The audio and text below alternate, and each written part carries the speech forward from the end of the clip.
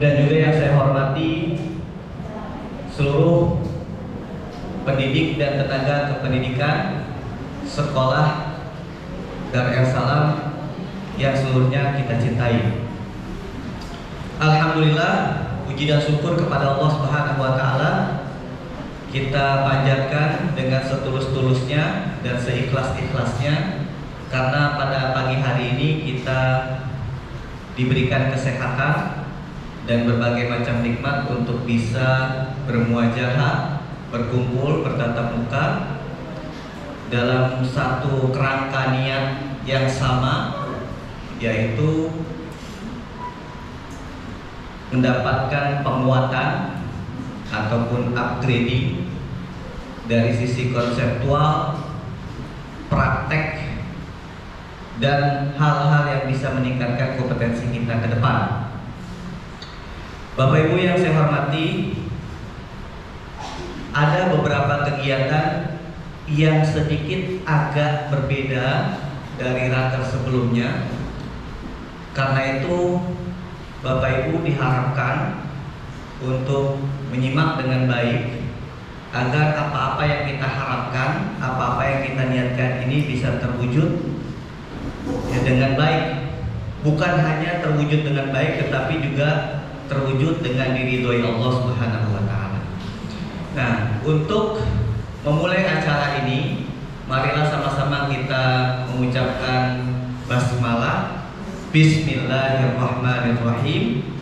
Dan selanjutnya, sebelum kita memasuki acara berikutnya, kita dengarkan arahan sambutan dari Bapak Direktur Pendidikan kita, yaitu Bapak Rafiuddin Nurdin. Kepada beliau saya persilahkan. Bismillahirrahmanirrahim. Assalamualaikum warahmatullahi wabarakatuh. Alhamdulillahirabbil alamin. Wassalatu wassalamu ala Rasulillah wa ala alihi washabihi wa mawala. Ya Bapak Ibu, tentunya pertama sekali ya, saya bahagia sekali ya dengan suasana juga hujan ya, dan juga kita mengikuti raker dari awal sampai hari ketiga, hari Jumat. Nah, di semester lalu mungkin sudah kita pernah mengikuti ya, ada katakanlah penguatan di inklusivitas. Nah, di raker ini kita akan memberikan suatu sesi atau suatu kesempatan untuk kita fokus penguatan dalam PAI. Bapak Ibu yang saya hormati, penguatan PAI ini sudah lama kita tidak lakukan ya. Jadi sejak sudah berapa kurikulum berubah ya, dari KBK, terus Kurtilas ya, KTSP ya, KTSP Kurtilas ya, sekarang sudah masuk kurikulum Merdeka. Nah ini PAI kita terkesan masih tidak ada perubahan. Maka momen 1 sampai 3 hari ini ya kita akan optimalkan untuk yang disebut sebagai penguatan atau mungkin semacam upgrade ya, upgrade dari fokus pendidikan agama Islam. Nah, kemudian supaya efektif ya dari raker ini, sehingga memang kita hasilkan sebagaimana kita harapkan, nanti mungkin di presentasi berikutnya ya, nanti disampaikan kira-kira seperti apa ya pembagian tugasnya ya, atau jobnya, sehingga mudah-mudahan apa yang di-share ke Bapak Ibu itu bisa kita kerjakan ya selama 1 sampai hari Jumat. Dr. Insinyur Haji Rafiuddin Nurdin MPD selaku Direktur Pendidikan Sekolah Darul Salam. Alhamdulillah pada pagi hari ini dalam keadaan sehat walafiat, dan kita doakan mudah-mudahan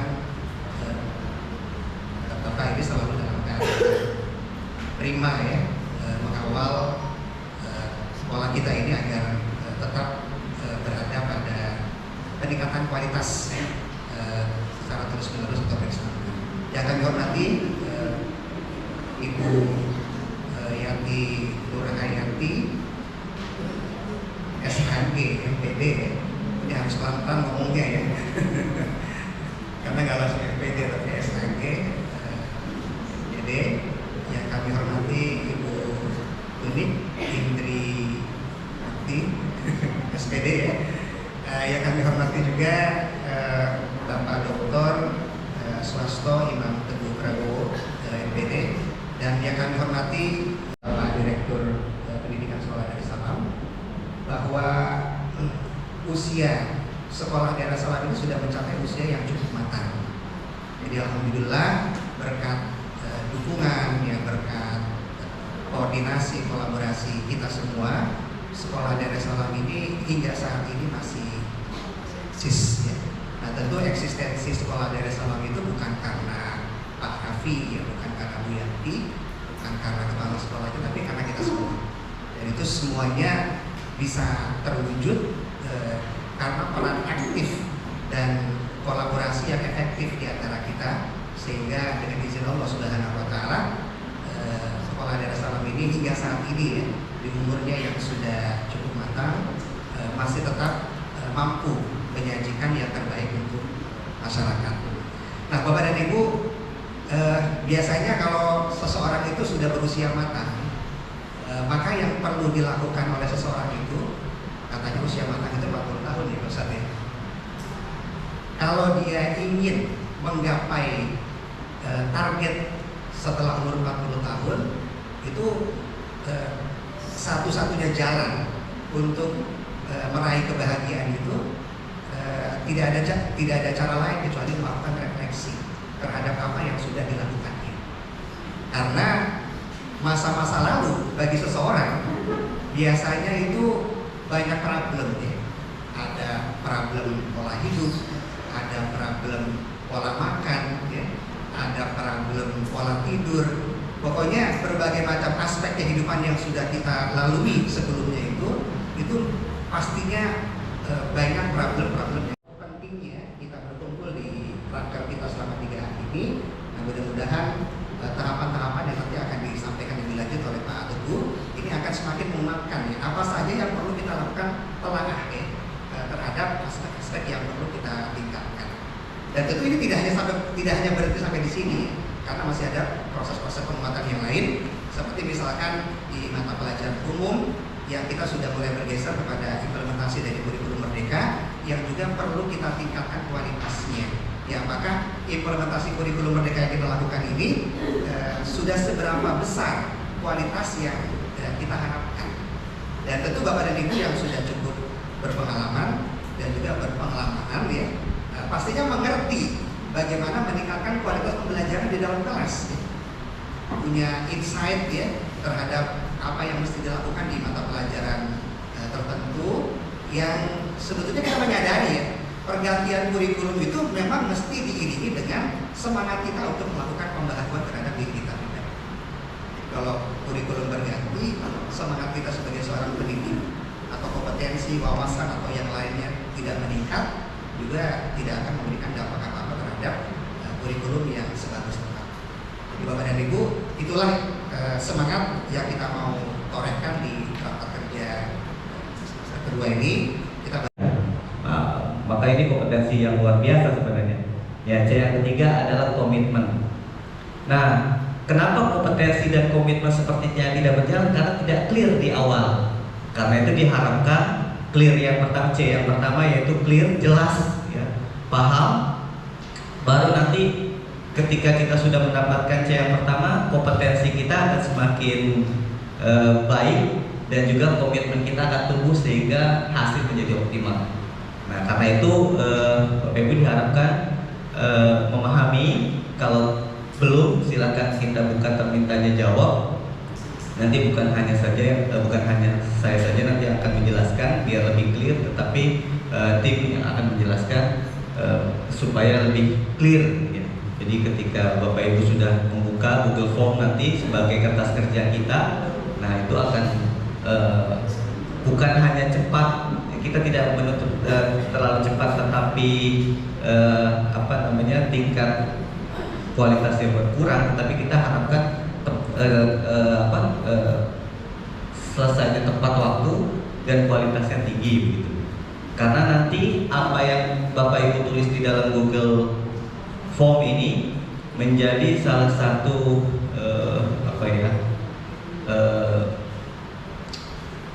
investasi berharga ya buat kita semua dalam hal pendidikan. Ya.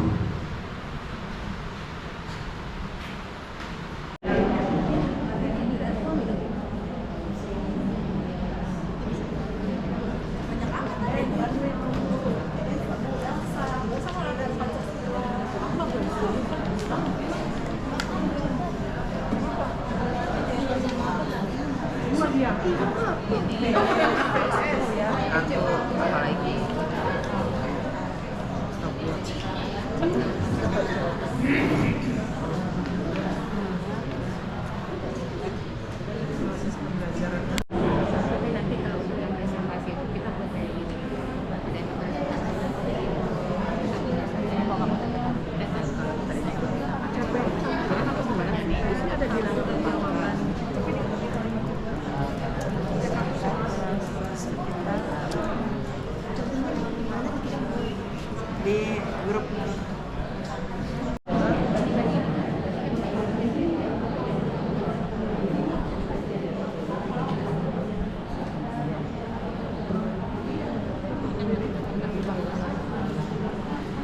tapi dia TTP kan?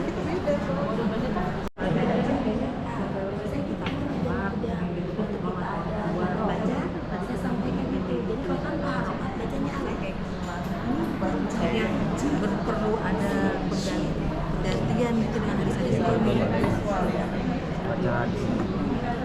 Baca aja.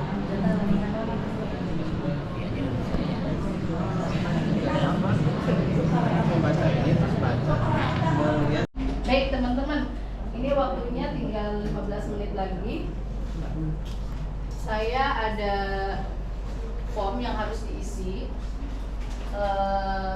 Form ini form kinerja. Terus.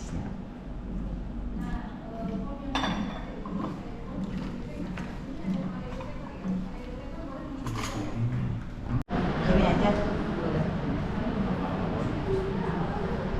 Bisa nggak seperti itu ya, bisa dimulai dari mana saja. Silakan untuk PAI dulu mungkin kepada yang mewakili PAI, Ustadz Putra, atau yang mewakilinya saya persilakan. Fadhil masykuran. IKM, ya. Bagi yang mewakili secara siapa boleh menggunakan PPT ataupun secara paparan saja, ya, boleh. Silakan bagi yang sudah menyiapkan untuk dipaparkan di depan.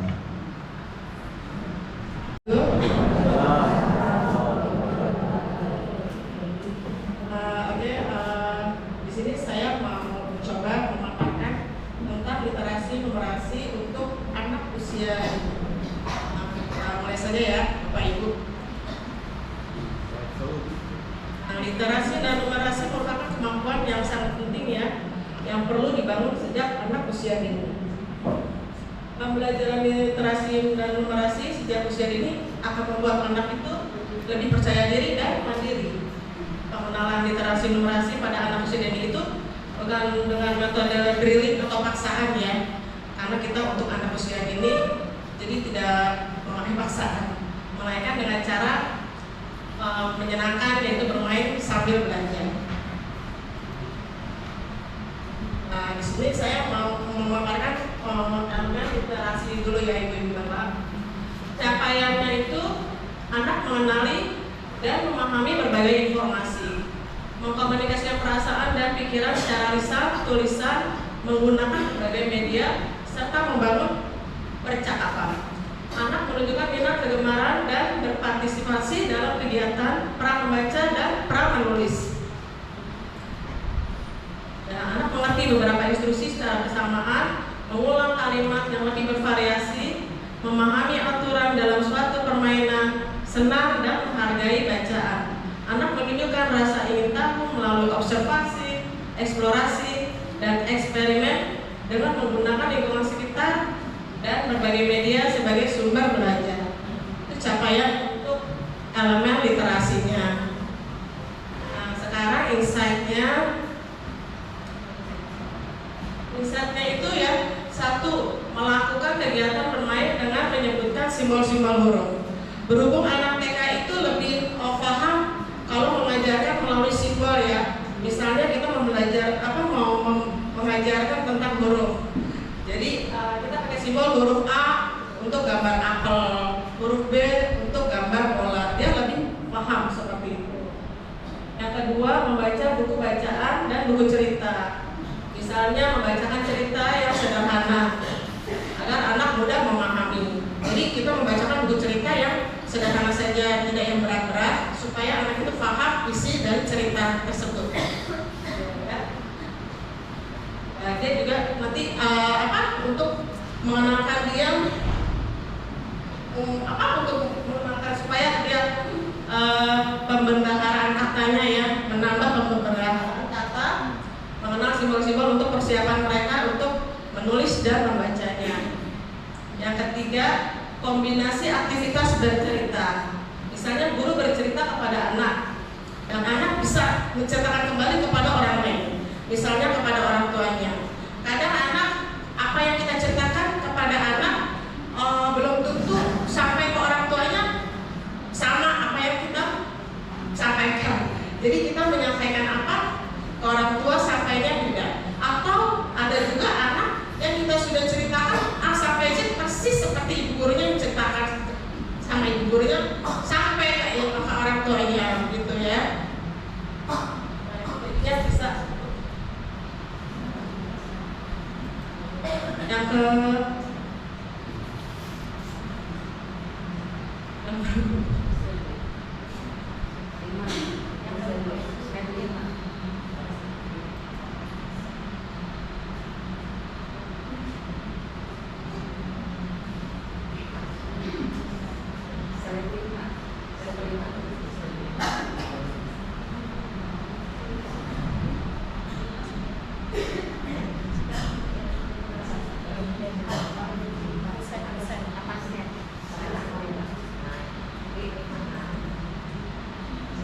sudah yang ketiga ya.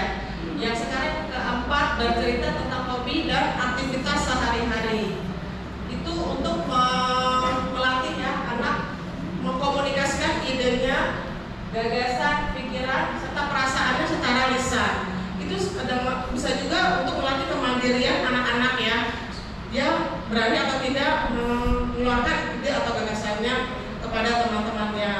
Seperti itu ya. Nah, yang kelima, memberikan umpan balik kepada anak. Misalnya guru bercerita, ceritanya tetap sederhana aja ya, karena ini untuk anak TK. Dan kita mengajukan pertanyaan kepada anak tentang isi cerita tersebut. Anak itu paham nggak apa yang kita sudah ceritakan? Jadi kita kasih umpan balik. Apa judul dari cerita tersebut? Atau siapa tadi yang umpamanya ceritanya tentang pergi ke luar kota? Siapa yang pergi keluar kota itu anak paham atau tidak? Kalau anak yang memperhatikan pasti dia bisa jawab. Kalau anak yang tidak paham ceritanya dia pasti ya nggak bisa jawab pastinya ya. Seperti itu. Nah sekarang yang kedua, elemen numerasi. Capaiannya anak mampu dalam kecakapan menggunakan berbagai angka dan simbol terkait dengan matematika dasar untuk memecahkan masalah praktis dalam kehidupan sehari-harinya. Jadi bukan hanya kemampuan matematika saja, tetapi mencakup keterampilan mengaplikasikan konsep matematika itu dalam kehidupan sehari-hari.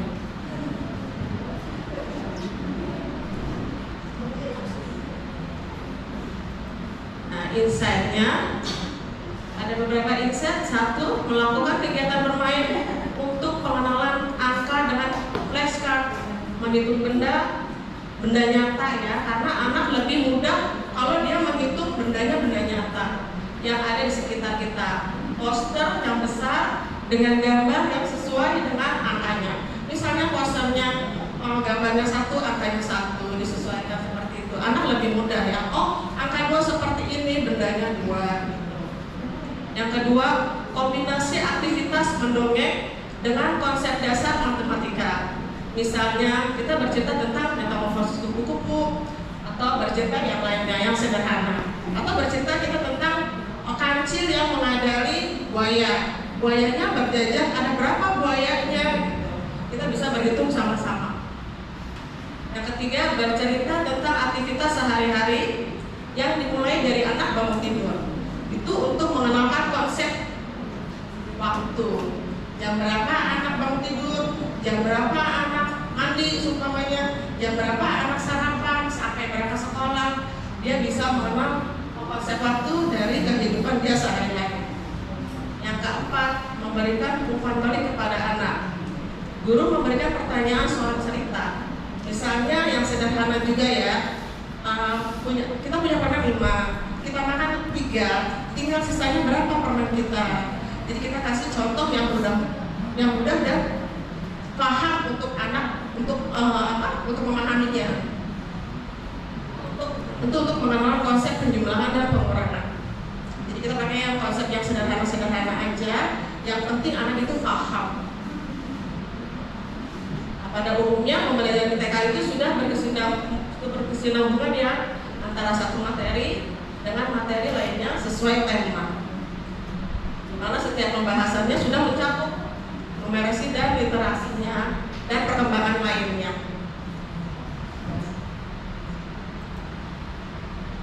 Begitu saja Ibu Bapak pemaparan kami tentang numerasi literasi untuk anak usia dini. Terima kasih. Assalamualaikum warahmatullahi wabarakatuh. Waalaikumsalam warahmatullahi wabarakatuh. Terima kasih kepada semuanya atas waktu yang diberikan kepada kami untuk menyampaikan refleksi sebagai perwakilan dari SD. Jadi kemarin di SD kita terbagi menjadi komisi literasi, numerasi, kemudian PJOK.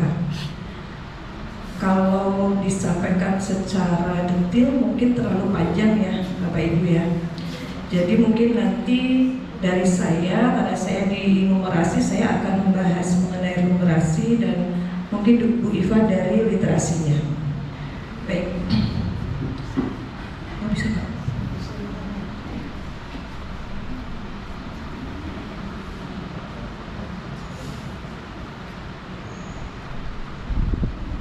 Untuk matematika, kemarin yang kami lakukan adalah yang pertama itu berusaha memahami capaian-capaian pembelajaran yang ada pada IKM. Jadi dari capaian pembelajaran yang ada, mari kami menganalisis dari satu capaian pembelajaran ada beberapa tujuan pembelajaran yang harus kita lakukan. Nah setelah itu baru dibikin insight-nya. Nah insight yang kami buat adalah mengenai perangkat pembelajaran, media, kemudian bagaimana model pembelajaran yang dilakukan di kelas. Secara umum media yang digunakan untuk pembelajaran numerasi di SD itu kami menggunakan video, PPT, kartu-kartu, kemudian permainan seperti itu. Nah contoh untuk kelas 1 nih. Kelas 1 pada bilangan, peserta didik menunjukkan pemahaman memiliki intuisi bilangan pada bilangan cacat sampai 100. Mereka dapat membaca, menulis, menentukan nilai tempat, membandingkan, mengurutkan, serta melakukan komposisi atau menyusun dan dekomposisi atau mengurai bilangan. Kemudian yang kedua, peserta didik dapat melakukan operasi penjumlahan dan pengurangan menggunakan benda-benda konkret yang banyaknya sampai 20. Selanjutnya, menunjukkan pemahaman pecahan sebagai bagian dari keseluruhan melalui konteks sebagai sebuah benda atau kumpulan benda sama banyak, pecahan yang diperkirakan sebagai setengah dan seperempat. Nah, karena ini fase A berarti untuk kelas 1 dan 2. Sebagai contoh di sini insight yang kami buat di kelas 1 yaitu mengenai Tujuan pembelajaran, peserta didik dapat melakukan operasi pemilahan dan pengurangan menggunakan benda-benda konkret yang banyaknya sampai 20.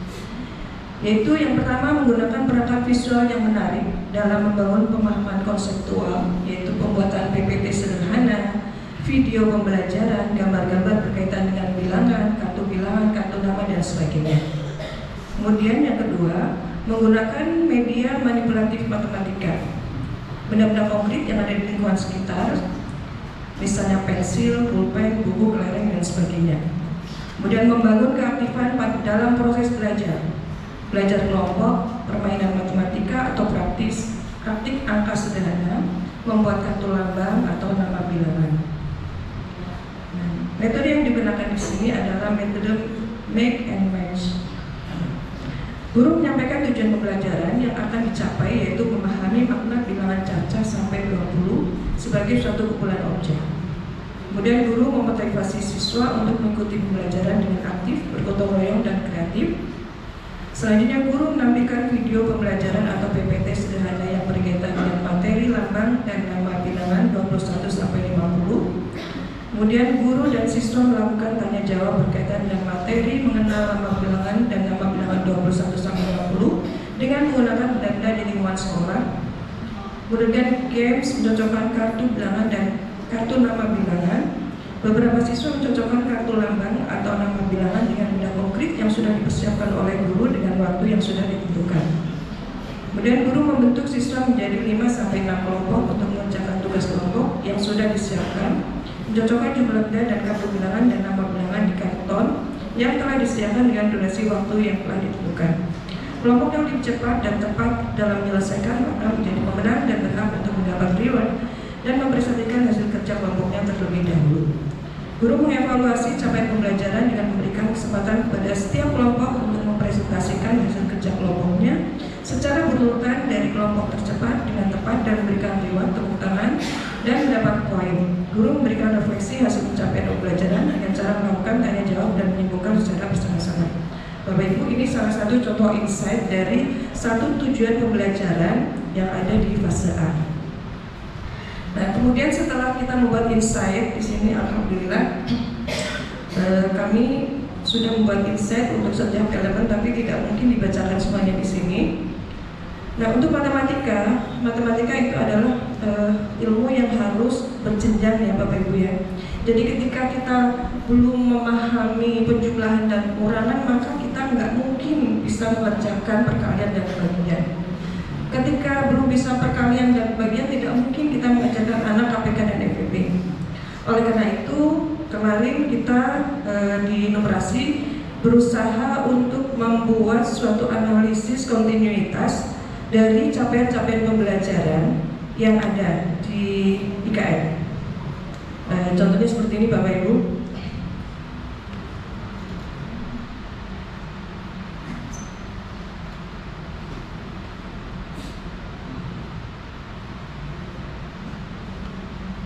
Saya ambil contoh di elemen bilangan. Di sini tujuan pembelajarannya adalah peserta didik menunjukkan pemahaman dan memiliki intuisi bilangan atau number sense pada bilang caca sampai 100. Mereka dapat membaca, menulis, menentukan nilai tempat, membandingkan, mengurutkan, melakukan komposisi atau menyusun dan dekomposisi atau mengurai bilangan. Ini adalah tujuan pembelajaran di fase A. Ketika di fase A, maka tujuan pembelajaran ini bisa diselesaikan di kelas 1 dan 2. Oleh karena itu, kami berusaha untuk menyusun kira-kira materi apa yang bisa berkelanjutannya seperti apa. Jadi di kelas 1 kami merencanakan bahwa penjumlahan dan pengurangan sampai 99 tanpa menyimpan dan meminjam. Dengan harapan konsep penjumlahan dan pengurangan siswa di kelas 1 lebih kuat. Kemudian baru di kelas 2 kita akan menyampaikan materi tentang penjumlahan dan pengurangan sampai ratusan atau 3 digit dengan menyimpan dan meminjam. Nah, dengan adanya materi yang seperti ini, kita berharap anak-anak lebih kuat pemahaman tentang matematikanya. Nah, ini berlanjut di fase B dan fase C dengan kompetensi yang hampir sama ya, tujuan pembelajaran yang hampir sama. Maka di kelas 3 penjumlahan dan pengurangan sampai ribuan. Kemudian di kelas 4-nya penjumlahan dan pengurangan sampai ribuan atau 4 digit, ditambah nanti di kelas 3 perkalian dan pembagian bilangan caca sampai 100. Targetnya siswa bisa mantap dalam perkalian sampai 100. Nah, di fase B kelas 4 penjumlahan dan pengurangan sampai ribuan, naik lagi. Kemudian masuk perkalian bersusun 2 angka kali 1 angka, 2 angka kali 2 angka, dan pembagian pistol dengan membagi 1 angka disertai pembagian bersisa. Nah, selanjutnya di fase C kita tingkatkan lagi keterampilan anak. Di kelas 5 ada review penjumlahan dan pengurangan sampai ratusan ribu. Kemudian perkalian bersusun 3 angka kali 1 angka dan 3 angka kali 2 angka. Nah, di kelas 6-nya review penjumlahan pengurangan sampai ratusan ribu. Kemudian perkalian bersusun 1 angka, 3 angka kali 1 angka, dan 3 angka kali 2 angka, serta review perkalian di kelas 5. Nah, jadi intinya untuk pelajaran matematika kami mengharapkan bisa memberikan pemahaman yang kuat kepada anak-anak. Jadi tidak banyak materi, tetapi anak tambah bingung. Namun dengan sedikit materi dan berkelanjutan dengan harapan pemahaman konsep matematika anak lebih kuat. Nah, demikian juga untuk elemen-elemen yang lain. Kemarin alhamdulillah sudah kita coba untuk membuat tahapan-tahapan secara berjenjang sehingga nanti ketika kelas 6 semoga Allah mudahkan untuk kita anak-anak kita menjadi konsep matematika lebih kuat. Nah, mungkin dari Nur Marasi hanya ini saja yang bisa kami sampaikan. Ya, terima kasih atas waktunya. Dilanjutkan dengan Bu Iva dari literasi.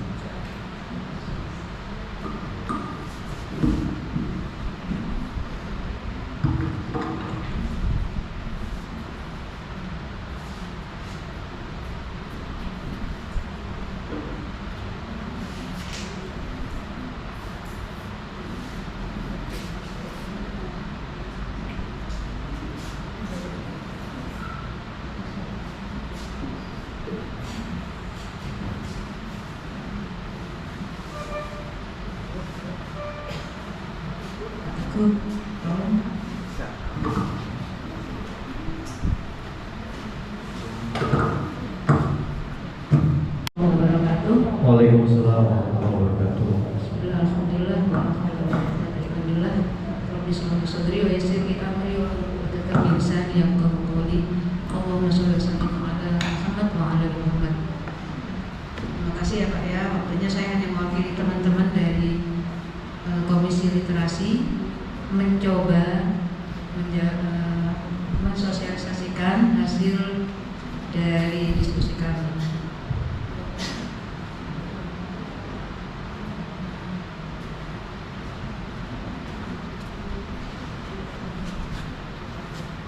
Untuk IKM yang terdiri dari 3 fase A, B, dan C. Kalau tadi saya mendengar dari unit TK, maka kami di fase A kelas 1 dan 2 melanjutkan. Artinya memang ini berkesinambungan mungkin ya Pak ya. Kolaborasi antara dari usia TK sampai berjenjang nanti. Untuk bahasa Indonesia ada 4 elemen, yaitu menyimak, berbicara, kemudian mendengarkan, membaca, dan menulis. Di fase A kelas 1 dan 2, di sini anak-anak mungkin ada yang mengalami TK, ada juga yang tidak mengalami TK. Maka titik tumpunya adalah pada sikap. Bagaimana peserta didik tadi bisa bersikap menjadi pendengar yang penuh perhatian.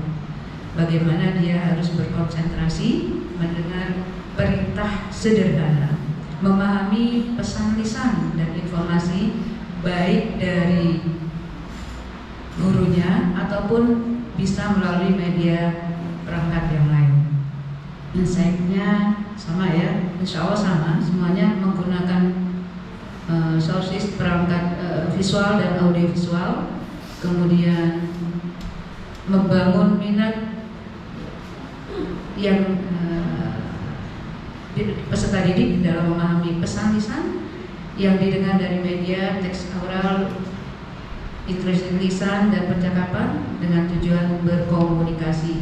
Kemudian dengan diskusi, permainan kelompok, ya, kemudian pesan berantai, instruksi lisan lagi, kemudian menjelaskan relasi atau keterhubungan antara permainan dengan konsep. Untuk elemen membaca dan memirsa masih tetap untuk fase A pada sikap menjadi pembaca dan pemirsa yang menunjukkan minat terhadap teks yang dibaca atau dimirsa.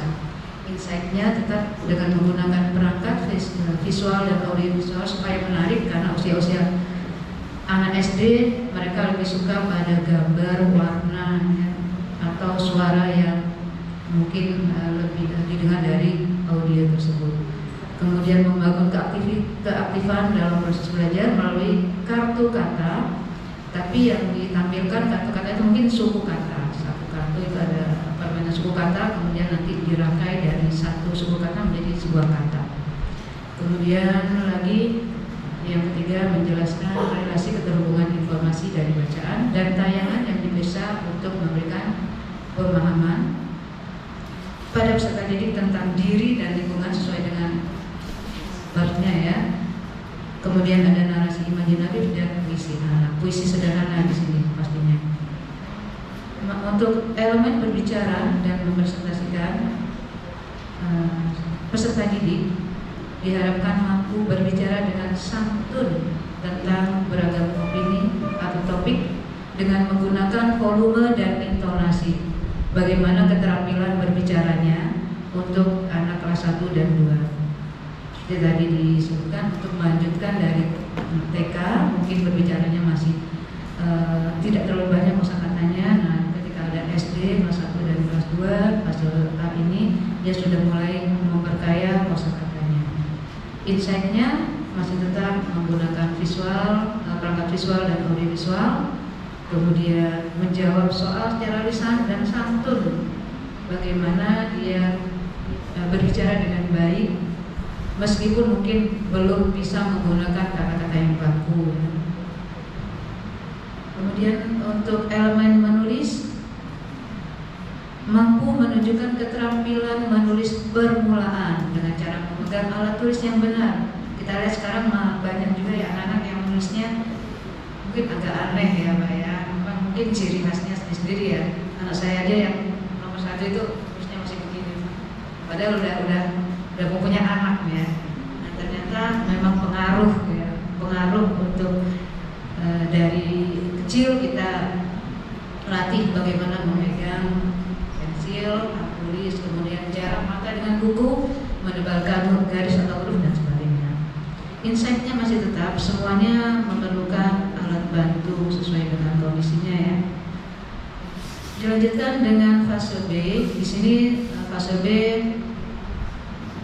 pada kelas 3 dan 4. Kalau tadi menyimak itu berusaha memahami instruksi lisan, tapi kalau sudah fase B kita sudah mulai peserta didik harus mampu memahami ide pokok suatu pesan. Apa sih dari pesan yang satu paragraf namanya ya, atau satu kalimat yang kita ucapkan, kemudian si peserta didik mampu apa sih pesan yang ide pokoknya dari apa yang kita dengarkan, apa ide pokoknya. Dia itu harus mampu memahami ide pokoknya. Tetap insight-nya dengan menggunakan media visual ataupun audiovisual.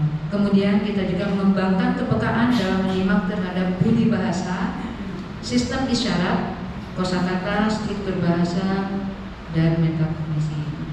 Tetap kemudian kita untuk menarik peserta didik kita harus membentuk diskusi kelompok, permainan kosakata dan kuis. Karena sekarang kita lihat banyak sekali aplikasi yang sangat menunjang ya untuk pembelajaran bahasa. Selanjutnya elemen membaca dan memirsa. peserta didik dia mampu memahami pesan dan informasi tentang kehidupan sehari-hari. Di sini sudah mulai masuk ke dalam teks narasi dan visi ya. Kemudian ada tetap tadi memahami ide pokok ditambah dengan ide pendukung pada teks informatif. Di sini sudah mulai terstruktur bacaan-bacaannya, sudah mulai harus memahami informasi apa dalam teks tersebut. Kemudian insight-nya tetap menggunakan perangkat visual dan audio. Kemudian ada modeling atau memeragakan bagaimana membaca puisi sesuai dengan kaidah-kaidahnya. Boleh kita gunakan modeling itu. Nah, pernah saya coba anak-anak itu, kami coba anak-anak melihat bagaimana Rembrandt membaca puisi, almarhum Rendra ya. Kemudian anak-anak yang seusia mereka menjadi juara bagaimana berpuisi dengan percaya diri, dengan intonasi, irama yang tepat. Kemudian menggunakan kartu kata mencari arti kata dengan bantuan KBBI, bisa dengan bantuan ini ya KBBI online. Kami sudah mencoba, anak-anak ternyata mereka exciting sekali dari kata dengan menggunakan kata dasar. Mereka mencari sendiri. Kami beri media berupa ya, yang ada di kelas ya. Boleh menggunakan kamus besar KBBI, kemudian gunakan laptop bu guru, HP bu guru, kemudian TV yang ada di kelas ya. Dan mereka sangat exciting. Ayo kita cari ini. Sampai ada salah satu murid kami yang bernama Isan.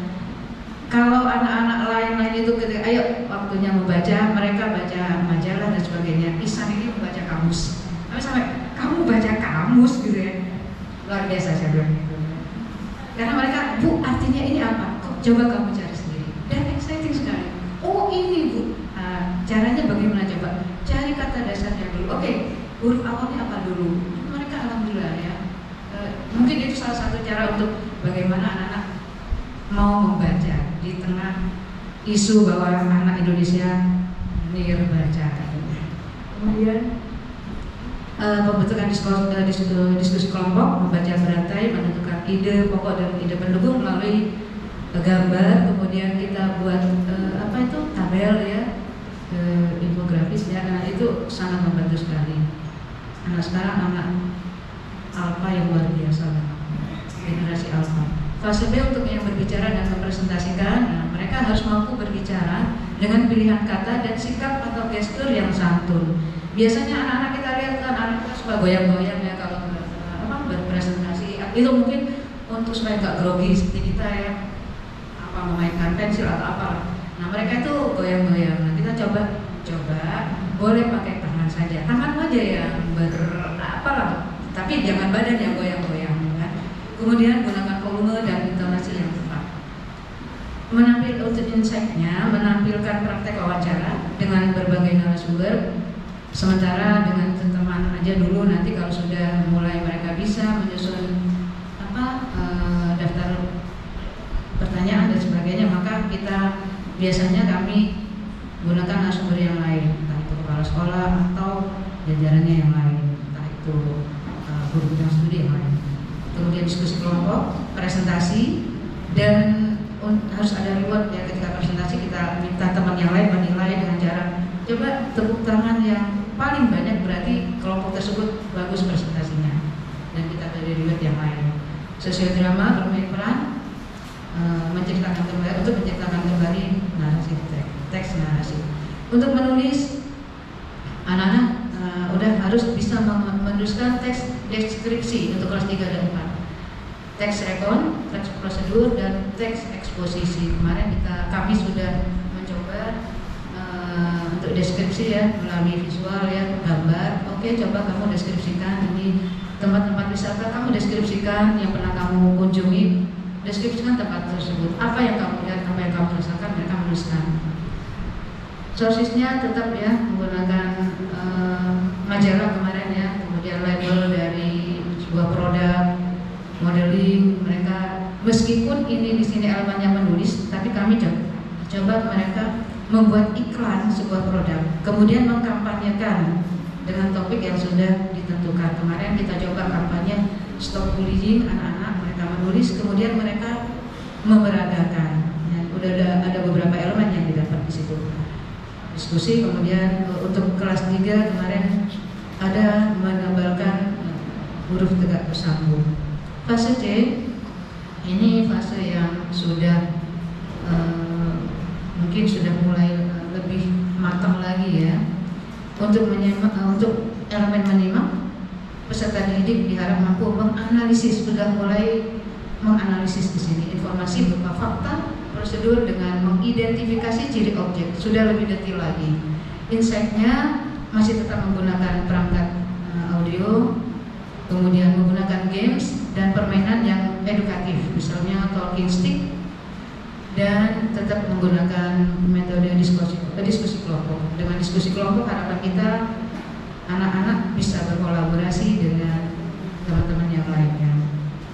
Untuk elemen membaca dan memirsa, di sini sudah menggunakan membaca kata-kata dengan berbagai pola kombinasi huruf.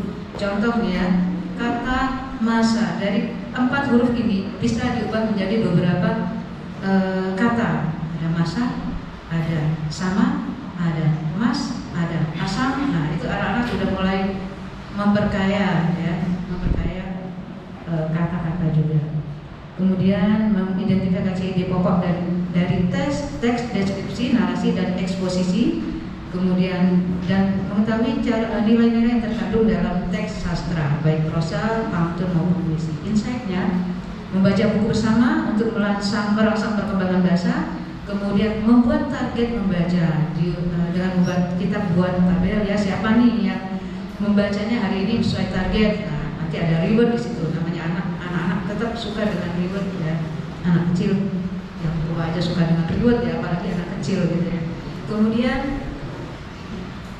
menstimulasi pemahaman bacaan, dapat pendidik dapat mengajukan pertanyaan tentang apa yang mereka baca. Kita kasih waktu durasi, ayo baca 5 menit. Kemudian tutup, apa yang kamu baca? Presentasikan apa yang kamu baca. Itu aja Pak, kurang lebihnya mungkin nyambung atau enggak, nggak tahu saya. Terima kasih untuk waktunya bersedia mendengarkan, berbicara sama aja.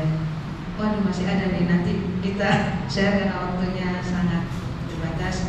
Saya terima kasih kepada teman-teman saya, ada Bu Siti, ada Bu Nani, ada Bu Manisa, ada Bu Siti Mariam, ada Bu Umama, ada Bu Nuryanti, dan ada Bu Maisaroh. Kemudian alhamdulillah saya hanya membaca saja.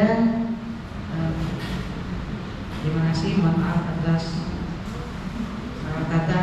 Mungkin bila satu quote ya Pak ya, di sini tidak muncul yang kami. Bismillahirrahmanirrahim. Assalamualaikum warahmatullahi wabarakatuh. Ke Al-Famidi beli prima. Selamat pagi hadirin semua. Satu lagi ya Pak Ibu. Pergi ke Surabaya buat beli santan. Mohon diperhatikan walau bukan mantan.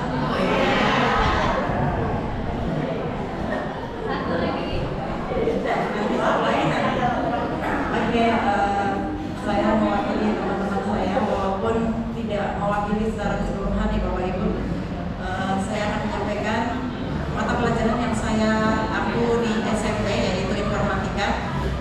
Tadi saya sudah menyampaikan pantun untuk memperhatikan, walaupun saya bukan mantan Anda semua, jadi tolong diperhatikan ya, sambil makan nggak apa-apa. Oke, saya akan menyampaikan penguatan IKM informatika untuk fase D ya, secara keseluruhan. Untuk CP-nya, capaian pembelajarannya, pada akhir fase D peserta didik mampu memahami dampak dan menerapkan etika sebagai warga digital, memahami komponen, fungsi, cara kerja, dan kodifikasi data sebuah komputer, serta proses kodifikasi dan penyimpanan data dalam sistem komputer, jaringan komputer, dan internet, mengakses, mengolah, dan mengelola data secara efisien, terstruktur, dan sistematis, menganalisis, menginterpretasi, dan melakukan prediksi berdasarkan data dengan menggunakan perkakas atau secara manual, menerapkan berpikir komputasional secara mandiri untuk menyelesaikan persoalan dengan data diskrit bervolume kecil dan mendisposisikan berpikir komputasional dalam bidang lain. Mengembangkan atau menyempurnakan program dalam bahasa blok atau visual, kemudian menggunakan berbagai aplikasi untuk berkomunikasi, mencari dan mengelola konten informasi, serta bekerjasama atau bergotong royong untuk menciptakan produk dan menjelaskan karakteristik serta fungsi produk dalam laporan dan presentasi yang menggunakan aplikasi. Ini ada 8 elemen di pelajaran informatika untuk fase D. Yang pertama, berpikir komputasional. Ya, untuk berpikir komputasional, insight peningkatan proses belajarnya. Yang pertama, model pembelajarannya menggunakan CTL, mengintegrasikan konsep berpikir komputasional ke dalam konteks kehidupan sehari-hari dan bidang lain seperti literasi, numerasi, dan literasi sains. Kemudian medianya menyajikan video pembelajaran yang memberikan contoh konkret penerapan berpikir komputasional. Jadi berpikir komputasional itu ada 4 macam, dibedakan menjadi 4, yaitu dekomposisi, pengenalan pola, abstraksi, dan algoritma. Jadi untuk gampangnya, biasanya anak-anak itu saya kasih contoh konkretnya. Misalnya kalau untuk dekomposisi itu contohnya misalnya ketika mereka itu menjadi panitia lomba HUT RI misalnya. Jadi ketika mereka itu menjadi panitia HUT RI, mereka harus apa dengan cara dekomposisi, yaitu memecah-mecah tugas menjadi yang lebih kecil. Jadi mereka memilih PJ untuk mempermudah pelaksanaan lomba HUT RI. Kemudian untuk pengenalan pola ini saya contohkan ke anak-anak biasanya bagaimana ketika misalnya ibunya menitipkan jemuran, ibunya mau pergi menitipkan jemuran, apa yang dilakukan? Lebih enak untuk memisah-misah berdasarkan kepemilikannya. Misalnya punya adiknya dijadiin satu, punya bapaknya, punya ibunya, seperti itu. Kemudian kalau untuk abstraksi ini mengabaikan hal-hal yang dianggap tidak penting, jadi diambil yang penting-penting aja. Kemudian kalau untuk algoritma ini merupakan tahapan-tahapan, misalnya kayak daftar belanja itu contoh dari algoritma. Nah, nanti untuk algoritma ini nanti akan dibahas lebih lanjut di CP yang lain. Kemudian penerapan penilaian formatifnya, mengintegrasikan aspek berpikir komputasional ke dalam tugas-tugas literasi seperti pemahaman teks atau menulis kode sederhana untuk menyelesaikan persoalan matematis. Kemudian elemen kedua, teknologi informasi dan komunikasi ini memang sama dengan pelajaran TIK sebelumnya, sebelum kurikulum merdeka. Model pembelajaran berbasis proyek.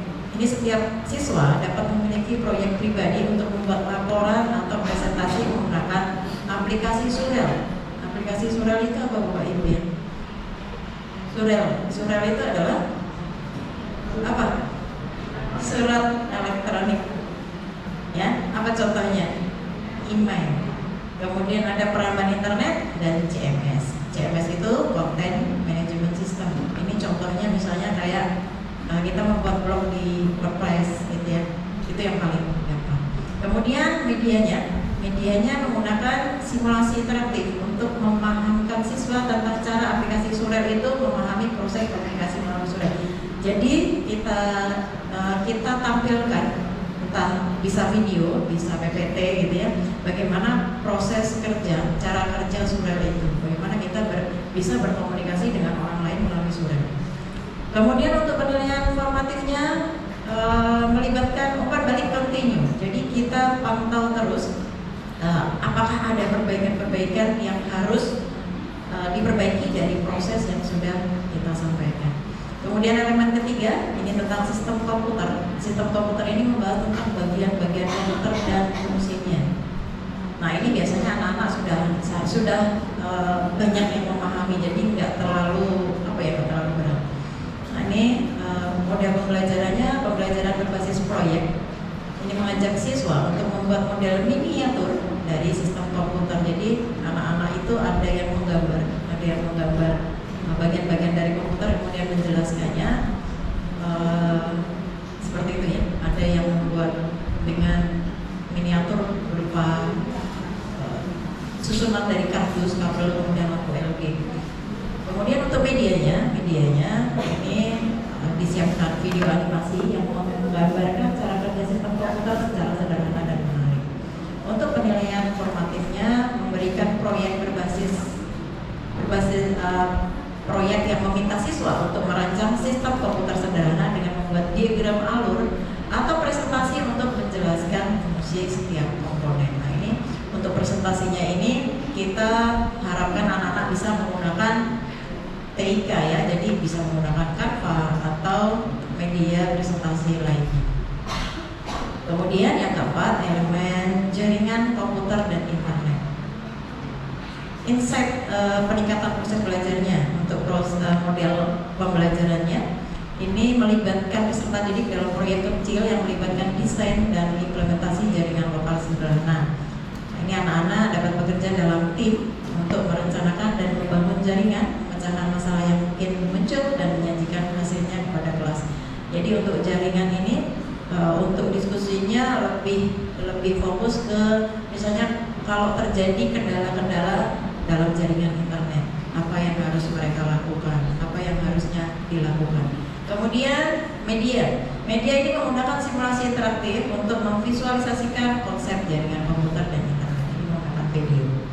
Kemudian penerapan penilaian formatifnya berupa kuis atau permainan edukatif berbasis game. Jadi untuk memberikan soal-soal ke anak-anak untuk mengetahui pemahaman mereka itu tidak harus selalu dengan menggunakan Google Form, tapi banyak permainan-permainan di online yang bisa kita manfaatkan untuk belajar juga. Jadi kalau kita mendengar game itu nggak melulu tentang hanya main doang gitu ya, tapi kita bisa belajar dengan menggunakan game. Kemudian yang kelima, elemen analisis data. Ini model pembelajarannya proyek berbasis analisis data. Jadi siswa dapat memilih topik atau isu yang menarik bagi mereka. Nah, biasanya isu-isu yang sedang terjadi, yang sedang hangat dibicarakan. Kemudian mereka berkolaborasi, bisa menggunakan media kolaborasi online dan memanfaatkan perkakas TIK. Jadi mereka bisa mengumpulkan data itu ke dalam Excel, gitu ya. Jadi itu kan termasuk salah satu perkakas dari TIK. Kemudian medianya menggunakan platform cloud untuk menyimpan dan data secara efisien. Kemudian mendorong siswa untuk mempresentasikan kemauan mereka melalui grafik, diagram, infografis. Nah ini biasanya media-media presentasi ini sudah lengkap ada di Canva. Jadi anak-anak biasanya lebih banyak menggunakan Canva karena di situ dari infografis, diagram itu sudah lengkap di situ dan mereka biasanya lebih mahir menggunakan Canva. Kemudian penilaian formatifnya menerapkan penilaian formatif melalui tahap-tahap proyek, memberikan umpan balik konstruktif agar siswa dapat memperbaiki analisis data mereka. Kemudian menggunakan sistem peer review untuk memberikan perspektif tambahan dan meningkatkan kolaborasi antar siswa. Jadi kalau ada perbaikan, mereka diberikan kesempatan untuk memperbaiki, kemudian mengumpulkan lagi atau mempresentasikan kembali. Kemudian yang keenam, elemen algoritma dan pemrograman. Nah, ini sepertinya menjadi elemen paling menarik untuk anak-anak karena di sini nanti anak-anak akan kita ajak bermain game, bukan bermain game, membuat mereka dengan aplikasi Scratch. Kalau untuk di SMP itu Scratch, jadi dia masih sederhana. Kemudian model pembelajaran berbasis proyek. Ini memberikan proyek-proyek yang berkaitan dengan masalah sosial terkini yang melibatkan penggunaan data dan informasi di media sosial. Kemudian contoh proyek dapat termasuk analisis dampak penggunaan data pribadi oleh aplikasi media sosial atau pengembangan kampanye digital untuk meningkatkan kesadaran tentang etika online. Medianya menyelenggarakan sesi pelatihan keamanan digital yang praktis. Kemudian ini sepertinya saya salah deh. Tadi kan elemennya algoritma, saya salah topik. Jadi untuk elemen algoritma ini medianya adalah tadi ya aplikasi Scratch. Jadi kita berikan proyek mereka untuk membuat suatu mereka membuat game dengan menggunakan Scratch. Di Scratch itu kan dia berupa blok-blok. Jadi mereka diajarkan untuk memecahkan masalah. Kemudian yang ketujuh, dampak sosial informatika. Proyek berbasis masalah ya untuk model pembelajarannya. Ini siswa didorong untuk mengembangkan karya digital kreatif. Terbalik ternyata. Ya, ini yang untuk elemen ketujuh tadi. Mendorong siswa untuk mengembangkan karya digital kreatif seperti game sederhana, animasi atau presentasi interaktif. Jadi tidak hanya dengan menggunakan Scratch ya, bisa juga menggunakan PPT. Itu kan bisa digunakan menjadi animasi bergerak. Kemudian medianya gunakan platform pemrograman blok visual interaktif Scratch.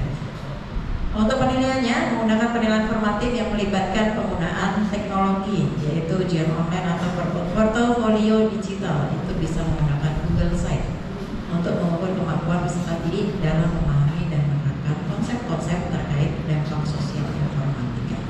Kemudian yang terakhir, elemen praktik lintas bidang. Untuk insight peningkatan proses belajarnya, model pembelajarannya, pendekatan berbasis proyek, itu mendorong siswa untuk mengembangkan karya digital kreatif berupa artefak komputasional. Ini bisa berupa website, bisa penggunaan cloud atau penyimpanan, kemudian bisa melalui game edukasi. Kemudian medianya mengintegrasikan teknologi pembelajaran yang menarik seperti platform pembelajaran online. Kemudian ada simulasi, ada aplikasi interaktif juga. Kemudian menggunakan perangkat lunak pengembangan untuk memberikan pengalaman praktik langsung dalam membuat artefak komputasional. Keterampilan presentasi dan komunikasi baik secara lisan maupun tertulis fokus pada kemampuan penyajian ide secara jelas dan foto. Penilaian formatifnya, lakukan evaluasi formatif selama proses pembelajaran untuk mengidentifikasi kebutuhan perbaikan sejak awal, kemudian memberikan kesempatan kepada siswa untuk menyempurnakan artefak mereka berdasarkan umpan balik. Jadi artefak komputasional itu apa Bapak Ibu? Ada yang tahu? Ada yang tahu? Tadi sudah saya sebutkan. Artefak komputasional itu bisa berupa website, ya, bisa berupa game-game edukasi dan lain sebagainya, banyak sekali. Oke, jadi itu aja untuk insight dari IKM Informatika. Oke, karena tadi saya awali dengan pantun, saya tutup juga dengan pantun. Malam-malam terkena batu. Anak senang nonton Teletubbies. Kulihat teman-teman sudah mengantuk. Tenang saja, presentasinya sudah habis. Wassalamualaikum warahmatullahi wabarakatuh. Bapak Ibu, udah kenyang? Belum. Ntar kita tanya makan siangnya apa di sini ya. Masih ada satu lagi terkait fase E di SMA. Tadi kan udah ada fase A sampai dengan fase D. Nah, kalau SMA itu ada dua fase, Bapak Ibu. Namun kami baru melaksanakan yang namanya fase E. Jadi mana kelas 10 baru mengikuti kurikulum Merdeka, sedangkan kelas 11 dan kelas 12 masih kurikulum 2013. Jadi yang hanya kami sampaikan hanya fase E saja. Dan tidak semua mapel, tapi ada beberapa mapel yang akan kami sampaikan. Oke, pertama ada kimia. Peserta didik, ada elemen pemahaman kimia. Peserta didik mampu mengamati, menyelidiki, dan menjelaskan fenomena sesuai kaidah kerja ilmiah dalam menjelaskan konsep kimia dalam kehidupan sehari-hari. Terus insight-nya apa? Penggunaan media video dan aplikasi virtual lab untuk meningkatkan pengetahuan prosedural dalam menjelaskan penyusunan laporan ilmiah. Nah, kedua, penggunaan model PBL untuk menaikkan pemahaman faktual terkait konsep kimia dalam bidang tertentu seperti fenomena COVID dan vaksin pada bidang kesehatan. Ketiga, penggunaan metode praktikum kimia sederhana untuk meningkatkan minat dan keterampilan proses dalam menyelidiki aplikasi ilmu kimia pada kehidupan sehari-hari. Lalu, kedua,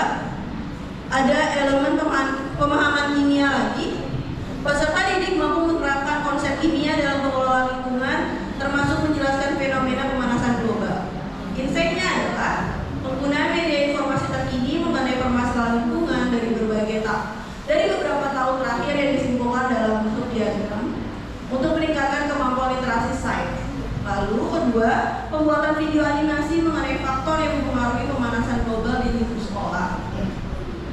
Ketiga, penggunaan model PJBL untuk mengaitkan pemahaman konseptual terkait prinsip green chemistry dengan pemanfaatan bahan yang tidak terpakai secara kolaboratif.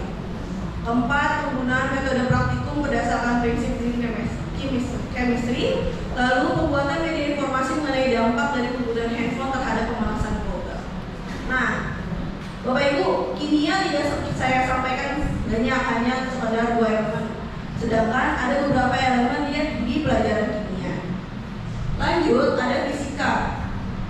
Fisika ini, peserta didik mampu mendeskripsikan gejala alam dalam cakupan keterampilan proses dalam pengukuran. Inseknya menggunakan media visual pada alat ukur untuk membangun pemahaman prosedural, jangka sorong, mistar, mikrometer sekrup, dan timbangan dan termometer. Menciptakan keaktifan dalam proses belajar seperti kerja kelompok, permainan teka-teki, dan praktikum. Kaitkan dengan materi lainnya, besaran dan angka penting. Jika mengukur massa badan menggunakan timbangan dengan satuan kilo. Lalu menggunakan pembelajaran kontekstual, mendemonstrasikan pengukuran diameter dan ketebalan koin dengan alat ukur yang dimana ada jangka sorong, mistar, dan mikrometer sekrup. Mendorong peserta didik untuk mengukur benda-benda sekitar menggunakan alat ukur yang disediakan. Itu jadi peserta didik diajarkan untuk mengukur benda-benda yang dimana bisa bentuknya koin ataupun jilbab kita pun bisa diukur gitu, berapa diameternya, kayak gitu. Semuanya bisa diukur dalam pembelajaran fisika. Lalu ada pemahaman fisika. Selanjutnya peserta didik mampu mendeskripsikan gejala alam dalam cakupan keterampilan proses dalam energi alternatif dan pemanfaatannya. Jadi kan kita kan ada energi yang pembaharuan dan energi-energi yang dimana cepat habis. Nah, diajarkan juga tuh energi-energi yang dimana persiapannya alternatifnya apa aja sih selain energi yang akan cepat habis. Inseknya aktif mengemukakan gagasan tentang pentingnya energi alternatif bagi kehidupan sehari-hari. Gunakan model pembelajaran PJBL untuk membangun pemahaman prosedural mengenai pemanfaatan energi alternatif, menciptakan produk kreatif seperti kincir air, panel surya, dan energi alternatif lainnya. Lalu ada biologi, di mana pada fase ini peserta didik memiliki kemampuan menciptakan solusi atas permasalahan berdasarkan isu lokal, nasional, ataupun global, pemahaman mengenai keanekaragaman makhluk hidup. Inseknya menggunakan perangkat visual yang menarik seperti gambar dan video, lalu menggunakan aplikasi model mobile plan, net, dan lain-lain untuk membentuk minat dan pemahaman peserta didik, menggunakan model pembelajaran discovery learning dengan memanfaatkan media seperti tanaman di lingkungan sekitar untuk pembelajaran keanekaragaman hayati, lalu aktif dalam proses belajar diskusi kelompok dan eksperimen.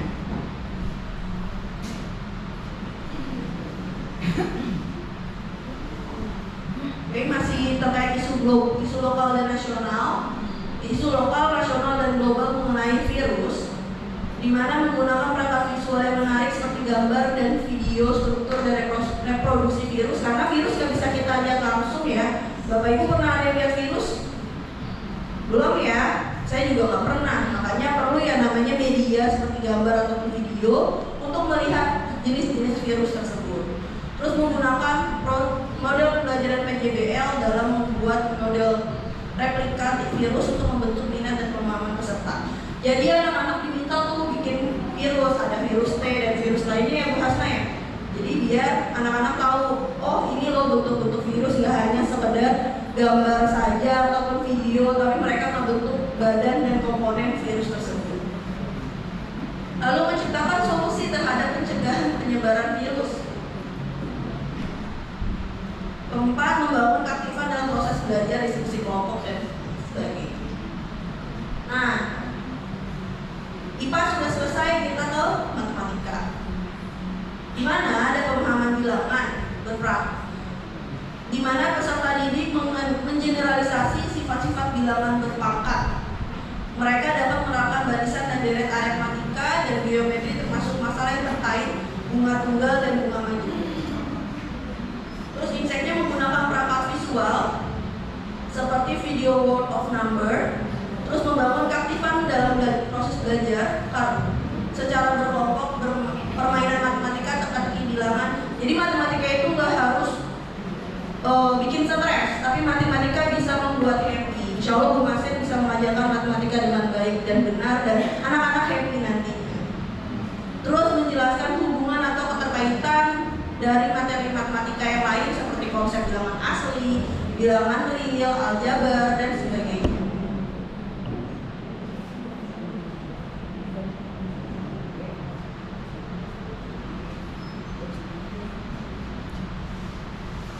Oke, ini materi aljabar di mana menyelesaikan masalah berkaitan sistem persamaan linear 3 variabel dan sistem pertidaksamaan linear 2 variabel.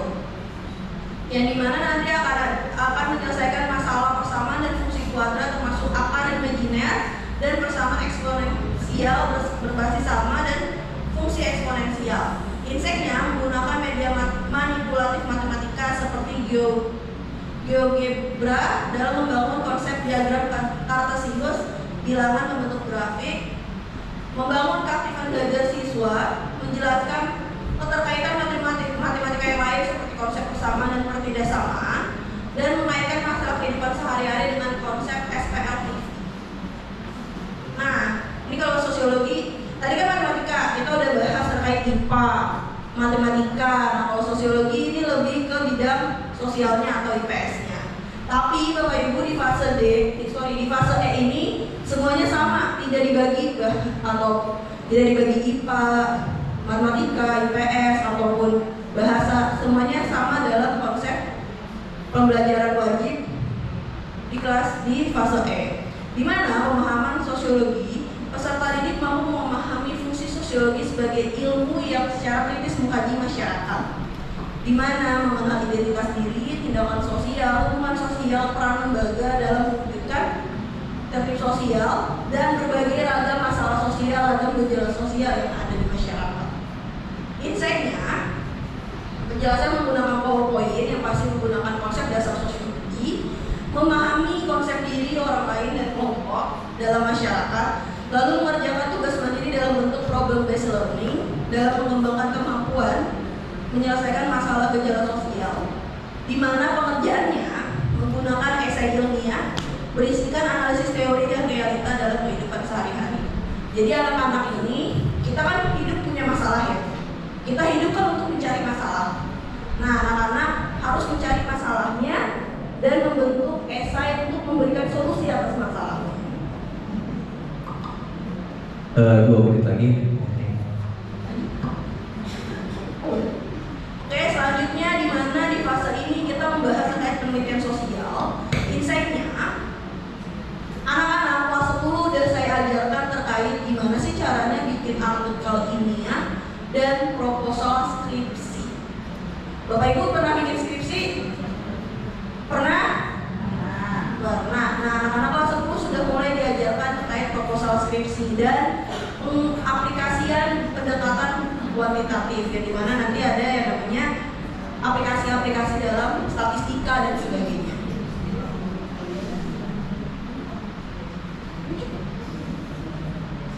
Oke, ini bahasa Inggris, di mana pemahaman terkait reading, di mana ada kita harus mengetahui jenis-jenis teks narasi, deskripsi, prosedur, eksposisi, recount, report, dan teks autentik untuk dalam pembelajaran bahasa Inggris, di mana insight-nya menggunakan media presentasi untuk menjelaskan materi.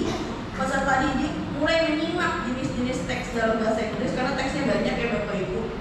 Terus membangun keaktifan dalam belajar kelompok dan membuat role play tentang teks narasi dan membaca teks bahasa Inggris dan diskusi tentang apa yang peserta didik paham. Ya, waktunya habis. Iya. Nanti silakan closing statement. Iya, ini sudah selesai kebetulan dan juga semua pembelajaran kami sampaikan. Semoga apa yang saya sampaikan dan tim sampaikan terkait fase SMA, Bapak Ibu dapat melihat adanya gambaran seperti ini pembelajaran di SMA. Sekian dari saya. Wassalamualaikum warahmatullahi wabarakatuh. Waalaikumsalam warahmatullahi wabarakatuh. Hendak mendengar kisah Supratman. Salam sapa saya ucapkan kepada Bapak Ibu sekalian. Assalamualaikum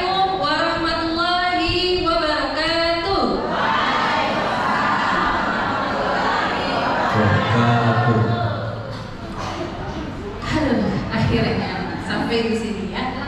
Sebelumnya terima kasih banyak ya kepada Bapak Dr. Teguh ya sudah memperkenalkan tim SKNC untuk mensosialisasikan hasil rakernya ya.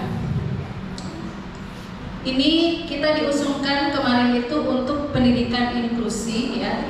Saya mohon izin dulu nih kepada di sini ada Bapak Dr. Rafiuddin, ada Bapak Dr. Iqbal dan Bapak Dr. Teguh yang beliau mungkin harusnya pantasnya memberikan pendalaman pendidikan inklusi ini, tapi kita mencoba ya, mencoba untuk menelusuri ya, kira-kira perbaikan-perbaikan apa yang bisa mengefektifkan program pendidikan inklusi berhasil di sekolah Dar El Salam. Tepuk tangan dong.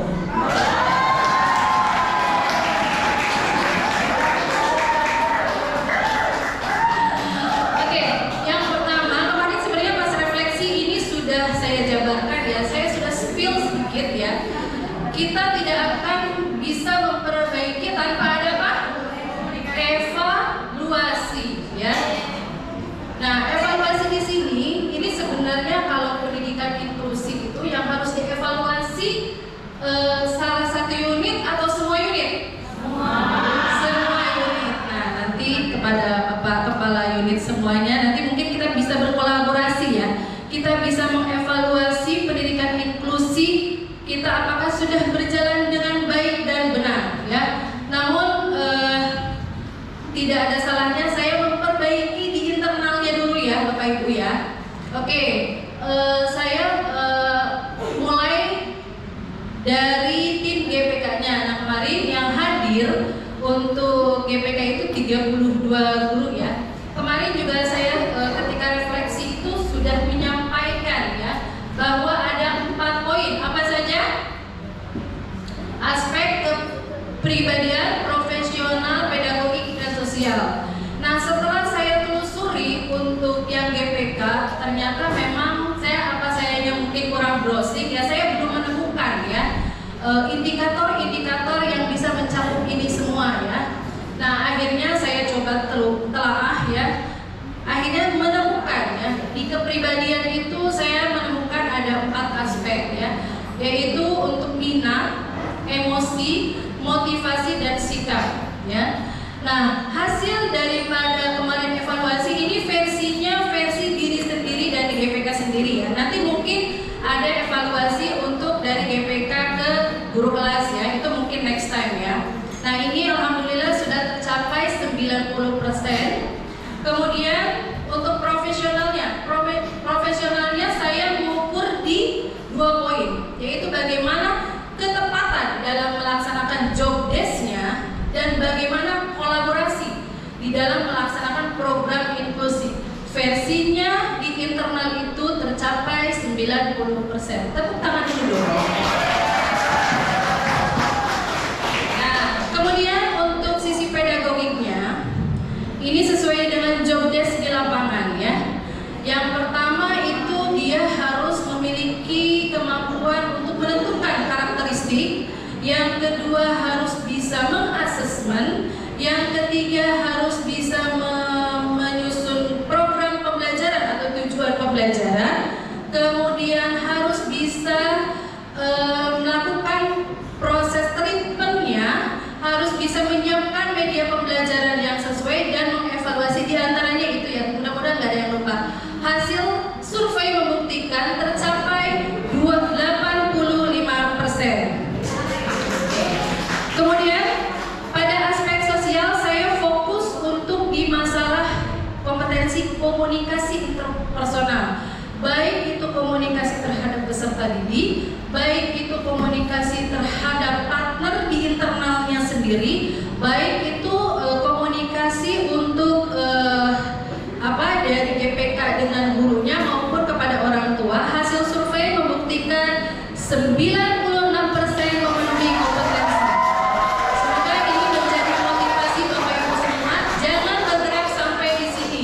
Ini adalah menjadi penyemangat kita untuk membuktikan bahwa kita bisa mencapai kompetensi yang lebih baik ya Bapak Ibu sekalian. Oke, yang kedua, kemarin sudah saya sampaikan ketika kemarin itu ketika apa ya? Refleksi bahwa pastinya di esensi sendiri tidak puas terhadap hasil evaluasi tadi, terus akan melakukan pendalaman ya. Yang pertama itu untuk di pedagogiknya, untuk yang pengenalan karakteristik. Kemarin saya sudah sampaikan bahwa ini sangat krusial ya, kalau misalkan seorang guru tidak paham bagaimana mengenal karakteristiknya, dan Bapak Ibu ketahui bersama macam-macam PDBK itu karakteristik banyak banget ya, dan tidak cukup mungkin sejam 2 jam sehari 2 hari ya. Nah, akhirnya saya memutuskan untuk autisme. Nah, hasil pretest membuktikan dari 31 guru ya, pretestnya itu 4 guru belum memahami sepenuhnya, dan setelah diberikan pemaparan oleh psikolog kita yaitu Ibu Hanan, ternyata mencapai peningkatan sebanyak 1 guru ya, 1 guru yang belum berhasil paham terhadap karakteristik autisme ya. Mudah-mudahan ini menjadi landasan, karena teori itu sangat penting ya. Kita tidak akan mengimplementasikan dengan benar kalau secara teorinya kita tidak memahami sepenuhnya ya. Oke, kemudian dilanjutkan kepada implementasi.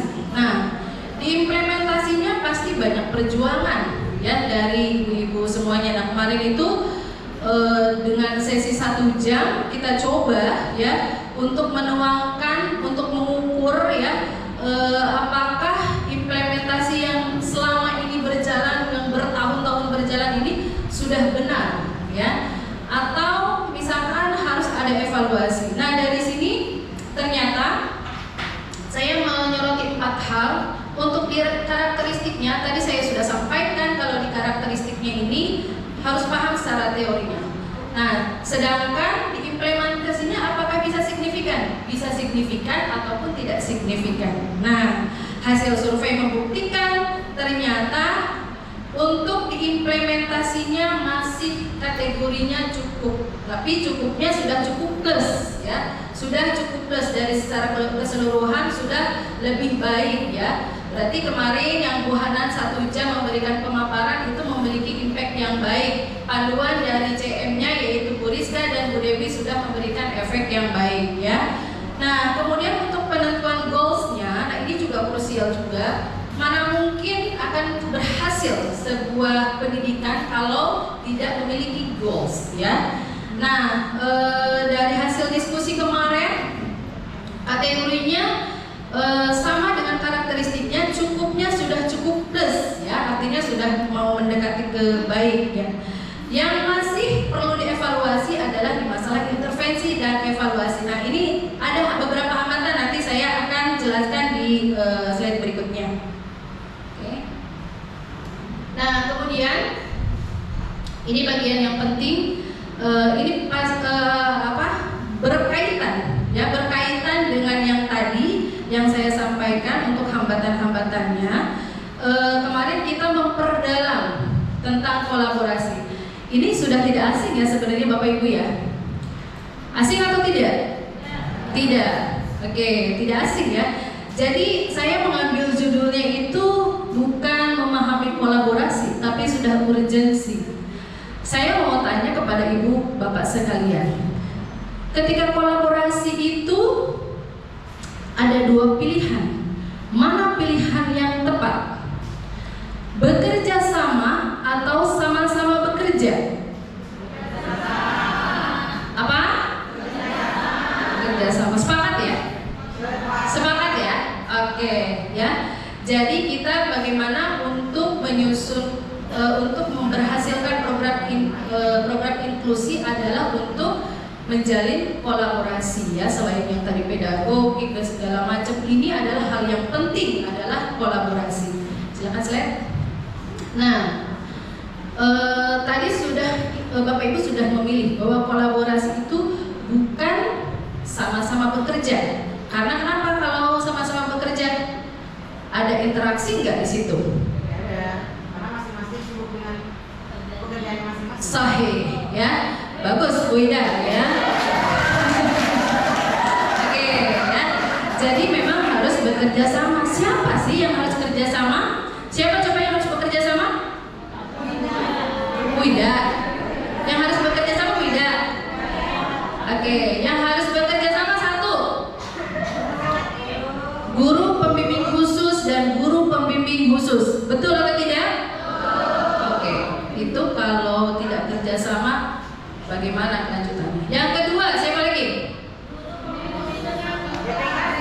Guru pembimbing khusus dengan guru kelas. Sudah ada yang melakukan kolaborasi? Oh, Masya Allah. Nanti kita kupas tuntas ya. Kemudian yang ketiga, kolaborasi siapa lagi? Guru dengan orang tua. Sementara saya menyoroti tiga dulu ya. Tiga dulu. Nah, tiga hal ya, ada orang tua, ada guru. Ini sebenarnya ada ya, stakeholder di sekolah itu ada satpam segala macam, itu kan harus dijabarkan juga. Cuman saya utamakan yang tiga dulu ya. Nah, ketika tiga poin ini memiliki tujuan berbeda-beda, apakah kolaborasi itu akan tercapai? Tidak. Sudah pernah mengalaminya? Sudah pernah mengalaminya? Ada yang tidak, ada yang iya ya. Oke. Kenapa kolaborasi itu harus memiliki tujuan sama? Ya kalau misalkan guru GPK-nya ke kanan, guru kelasnya ke kiri, orang tua ke depan, ketemu tidak titik terangnya? Tidak ya. Oleh karena itu, ketika pertama kali yang harus ditentukan adalah memiliki tujuan yang sama. Tujuan apa?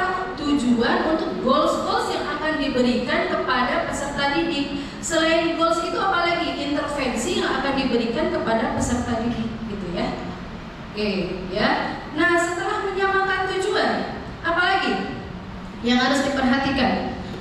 Nah, yang harus diperhatikan itu adalah kita tidak boleh membeda-bedakan ya, memecahkan perbedaan ya. Karena dari tujuan yang berbeda akan bersatu atau mengkotak-kotakan ya, begitu. Nah, dengan tujuan yang sama juga akan berasa tidak tanggung jawab itu akan ditanggung bersama-sama. Kalau sudah ada yang praktek, ini pasti akan kealami ya. Karena kalau powerful sendirian itu pasti akan lelah. Misalkan yang powerful guru kelas lelah tidak? Lelah hayati.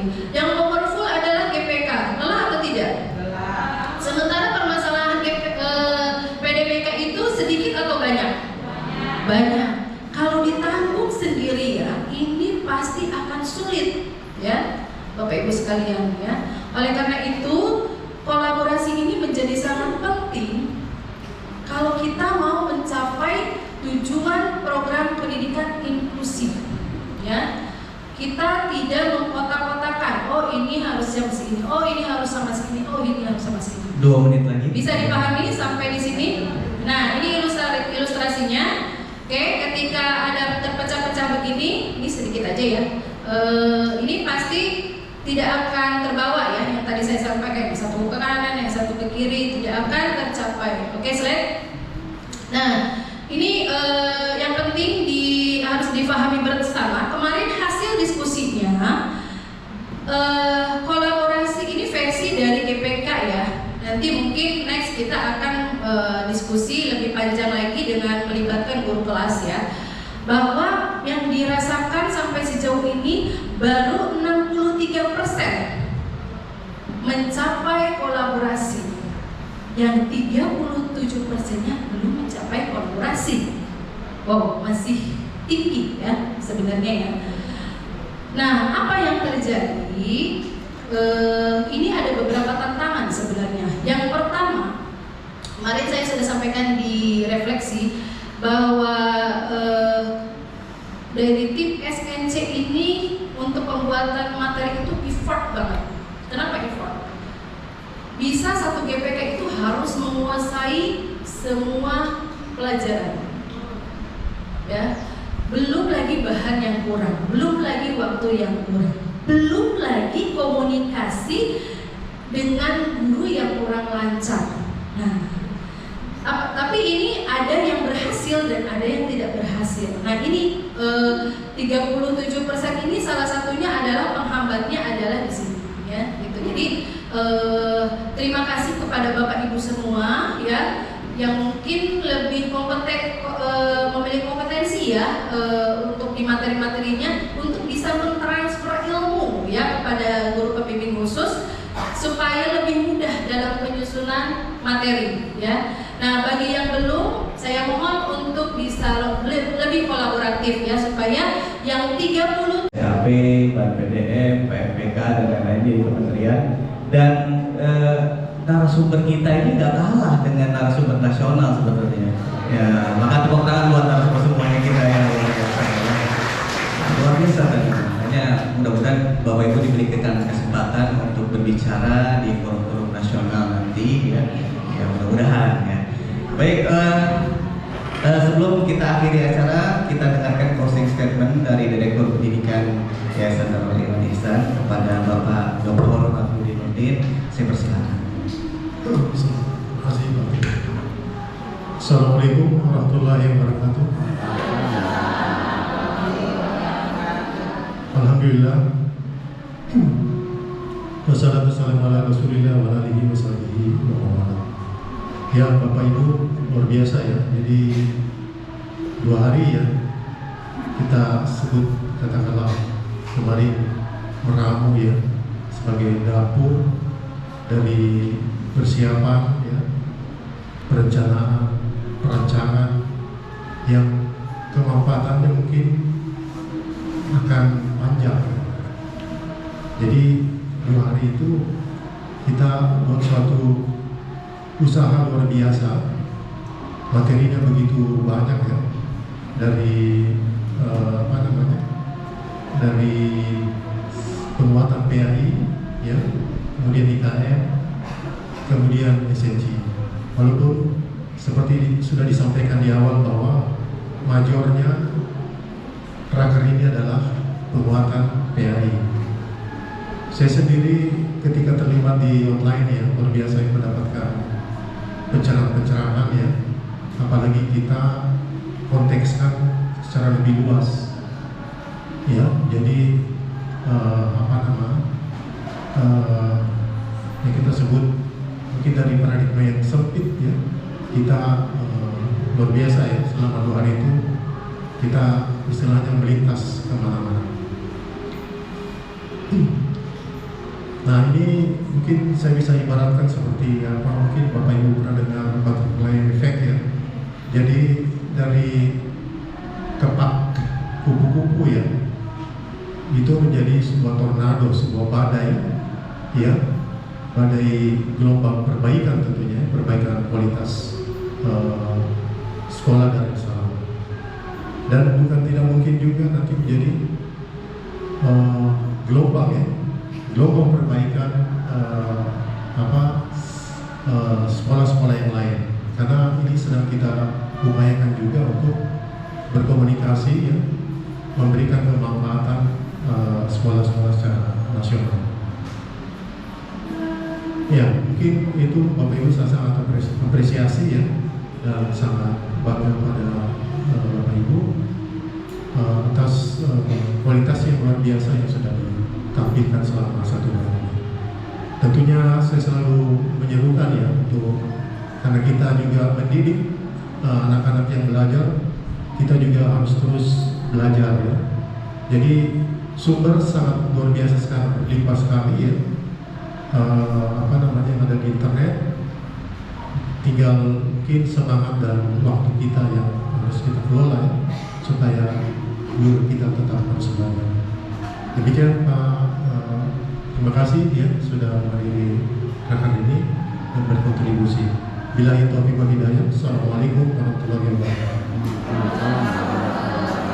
Allahu wabarakatuh, ya. Plus untuk closing statement dari Direktur Pendidikan kita, ya, sampailah kita pada akhir acara, Ya semoga walaupun acara ini berakhir, tetapi semangat penguatan, semangat perubahan ini masih tetap bisa kita miliki untuk melakukan kebaikan demi kebaikan, dan juga budaya untuk saling berkomunikasi, berkolaborasi, saling mengisi itu kalau bisa juga ditumbuh suburkan.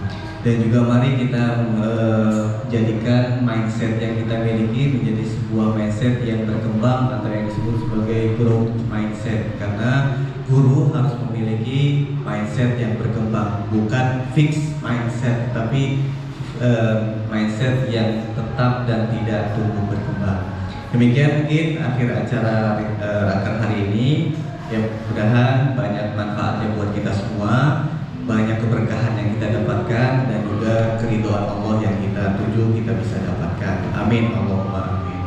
Demikian kita baca doa kafaratul majelis. Subhanallah wa bihamdika asyhadu an la ilaha illa anta astaghfiruka wa atubu ilaika. Assalamualaikum warahmatullahi wabarakatuh.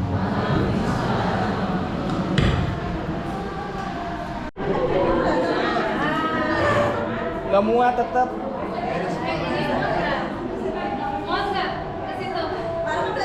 Satu, dua, tiga. Satu perubahan. Lagi. Satu, dua, tiga. Oke. Tim kita bisa terus mempertahankan kesejahteraan guru dan sangat aktif dalam dunia pendidikan. Jawabnya apa? Amin. Amin. Ini saya tidak sedang berpolitik ya Bapak. Kalau tadi mungkin Ustaz Teguh intermezzonya dengan landak dan salju, tapi saya berpikir ini landak hidup di daerah salju ya, gitu. Karena dia area Asia, kemudian Asia, Afrika, dan sebagian dataran Amerika. Tapi saya beralih, ini intermezzo saya biar nggak pusing. Kita masuk ke Amin ya. Jadi ada satu cerita pengalaman saya. Dulu saya nggak tahu ditugaskan sama Ustadz Zainal Abidin Soleh, Al Cilacapi Al Ngapafi. Itu di kayaknya enggak ya Ustadz ya. Saya disuruh jadi imam tarawih di salah satu desa nelayan. Saya tanya sama pengurus, Pak, di sini dua-dua ke 11? Dua-dua. Tapi di sini nanti kalau sudah 6, sudah 10, Ustaz diam dulu. Nanti baca doa. Kalau saya colek, lanjut Ustaz. Maksudnya udah, nanti saya ingat aja. Akhirnya udah 10 selesai, saya masih di depan di mimbar itu. Lalu saya mulai dari ritual doa gitu. Tapi doanya setiap satu doa saya disuruh berhenti, nunggu agak lama. Ternyata mereka ngucapin aminnya beda. Allahumma gfir lil muslimina wal muslimat. Amin, amin, amin, amin. Itu di belakang begitu. Baru dicolek saya lanjut lagi. Itu saya di depan begini gitu. Ustaz kenapa katanya? Antum ini menggigil. Sebenarnya saya menahan tawa. Saya menahan tawa. Nah, ini perlu saya sedikit intermezzo. Amin itu kan banyak ya maknanya. Setidaknya saya ringkasnya jadi 4 lah ya. Yang keempat itu ya kalau kita mengucapkan ghairil maghdubi 'alaihim waladdallin, kita ucapkan dengan 2 mad pada hamzah dan mim. Amin yang bermakna istajib. Ya Allah kabul. Yang ketiga dengan mad pada hamzah. Amin. Ya, artinya situasi atau person yang menghadirkan rasa aman. Yang kedua, amin mimnya dengan mad. Dan itu artinya adalah bagian dari sifat atau laqab yang diberikan kepada Rasulullah yang amanah. Yang pertama dengan hamzah pendek dan mim pendek. Bacanya gimana, Bapak Ibu? Baca gimana? Amin. Iya, itu nggak usah. Iya, karena kita semua paham ya. Kan manusia itu kan katanya homo simbolikum. jejaring makna, yang penuh dengan jejaring makna, ya dimaknai aja dari apa yang tersirat. Saya lanjutkan. Tadi sampai mana, Bapak Ibu semua? Enggak sampai amin. Ya, saya lanjutkan.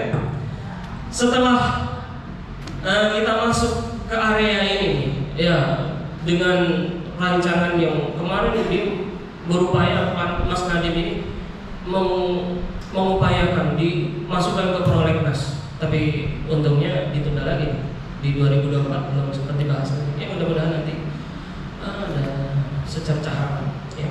Nah, lantas apa kaitan penguatan kurikulum yang kita gagas ini dengan IKN? Selain tadi ya, kita memanfaatkan momentum bahwa Undang-Undang Nomor 20 memberikan otonomi keleluasaan bagi setiap institusi pendidikan untuk memodifikasi pelajaran PAI-nya. Kemudian dari IKM ini apa yang kemudian bisa kita ambil momentum tersebut? Bapak Ibu semuanya, dari IKM ini setidaknya hal yang paling menarik adalah perubahan dari gaya mengajar kita. Pendekatan ekspositori menuju inquiry yang tadinya kemudian dia student center beralih kepada teacher center beralih kepada student center. Tapi kan ini semua tidak bisa diterapkan pada semua lini bidang sub PAI. Tapi setidaknya ini hal baik untuk kita memulai. Ya menurut PAI setidaknya adalah mengadopsi hal-hal kebaruan dari IKN. Itu saja. Kemudian yang berikutnya, dari kurikulum IKN ini saya coba akan bahas sedikit ya B, dari ideologi yang dibawa. Saya nggak mau terlalu dalam karena khawatir nanti menyentuh hal-hal yang tidak substansial dan mungkin di luar apa yang bisa dipahami. Ibu-ibu semuanya, bapak-ibu semuanya, di kurikulum IKN ini sangat kental sekali dengan ideologi Pancasila. Permasalahan Pancasila yang digagas ini bukanlah Pancasila yang difahami dari generasi ke generasi. Kenapa saya bilang begitu? Karena Bung Karno itu menganggap Pancasila itu sebagai falsafah hidup bangsa. Tuh, cuma falsafah doang. Kemudian bahkan Pak Harto itu selama 32 tahun beliau hanya menyebutkan Pancasila sebagai asas tunggal. NU menyebut sebagai mitsaqan ghalidhah, perjanjian yang kokoh. Al-mu'ahadah al-wataniyah, kesepakatan kebangsaan. Udah begitu doang. Enggak lebih-lebih. Sama juga Muhammadiyah juga sama. Tapi di era sekarang ini dia seakan-akan mau dimunculkan sebagai sebuah ideologi. Sebuah ideologi. Makanya nanti kalau dari P5 itu kan sebenarnya itu adalah cerminan dari HIP, HIP, Haluan Ideologi Pancasila. Ini juga rancangan undang-undang dan isinya adalah bahwa semua inti dari Pancasila adalah Trisila, sosio nasionalisme. Sosio nasionalisme ini nasionalisme yang sangat kiri. Kedua, sosio demokratis. Dia tidak pakai demokratisme, sufiksisme itu melahirkan sesuatu yang berbeda. Ini sangat komunis. Dan yang terakhir, yang ketiga, ketuhanan yang berkebudayaan.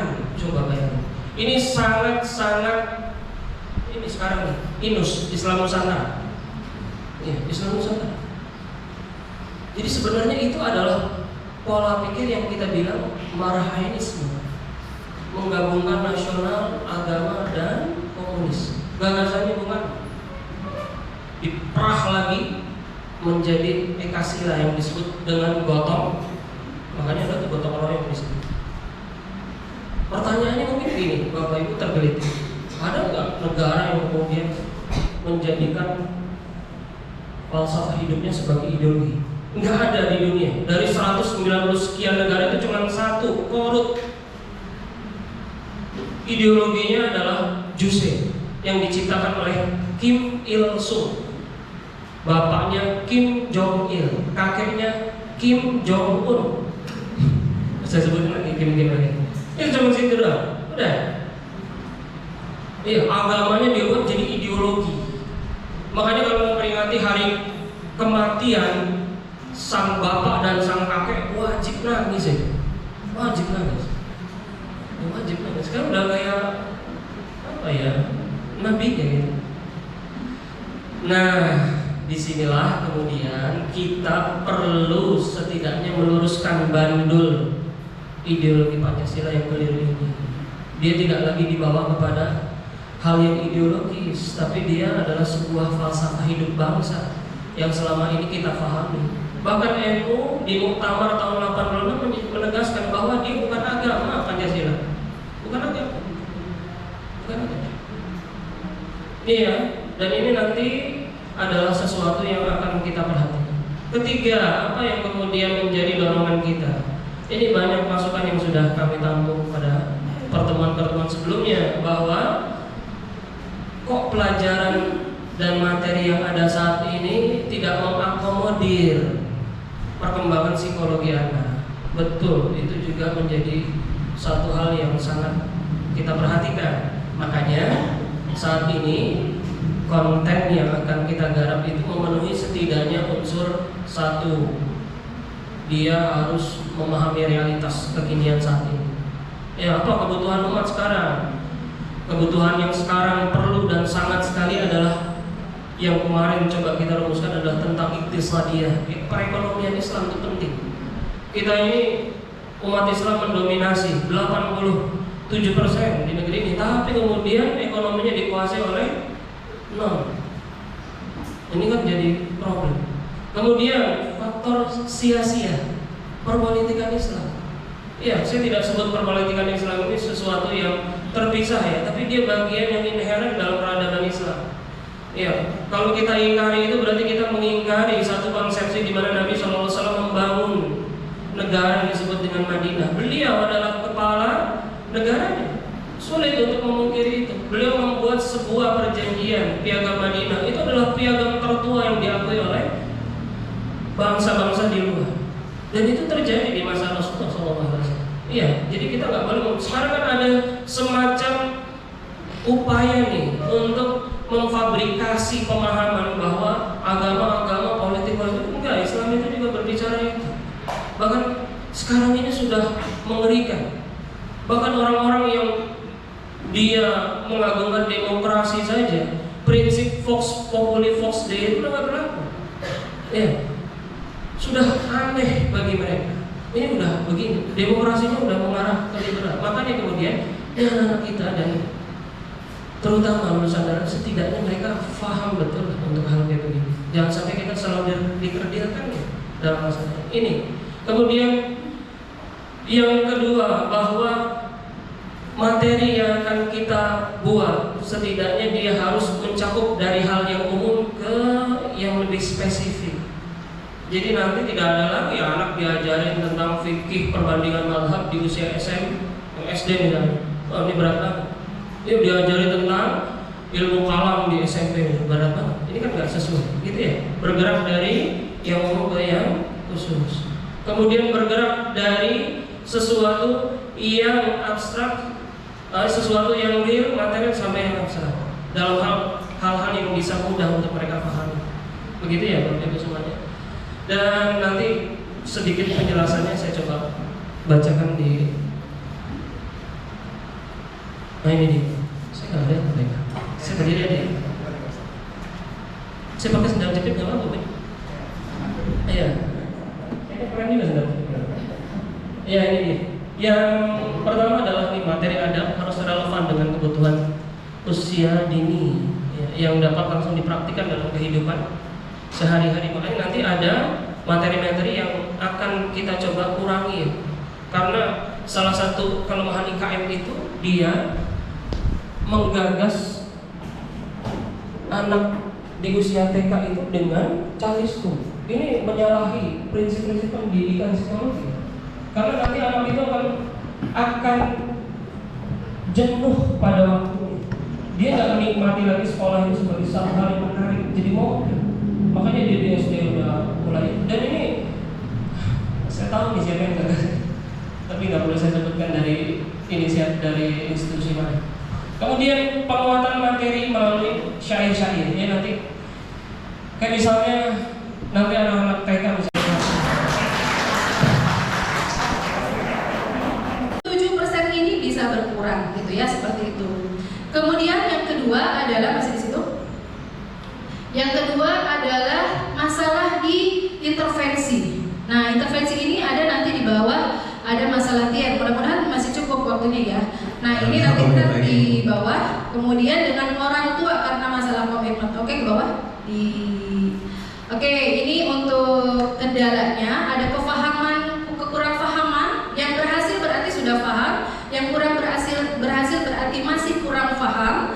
Kemudian masalah di komunikasi. Nah, ini juga menjadi krusial juga masalah komunikasi itu, terutama yang eksternal ya, yang lintas unit itu masih banyak sekali yang merasa ada kendalanya ya. Kemudian belum adanya kolaborasi dalam memecahkan bersama-sama serta komitmen orang tua. Oke, next. Ini nggak usah. Oke, yang ini. Nah, pada kesempatan ini, mohon maaf, yang ini sampai tuntas dulu ya Pak Teguh, jangan di-cut dulu. Sampai Jumatan. Ya, sebentar. Saya akan singkat ya. Karena ini tidak pernah disosialisasikan sebelumnya, jadi ini saya senang sekali diberikan kesempatan. Pada tahun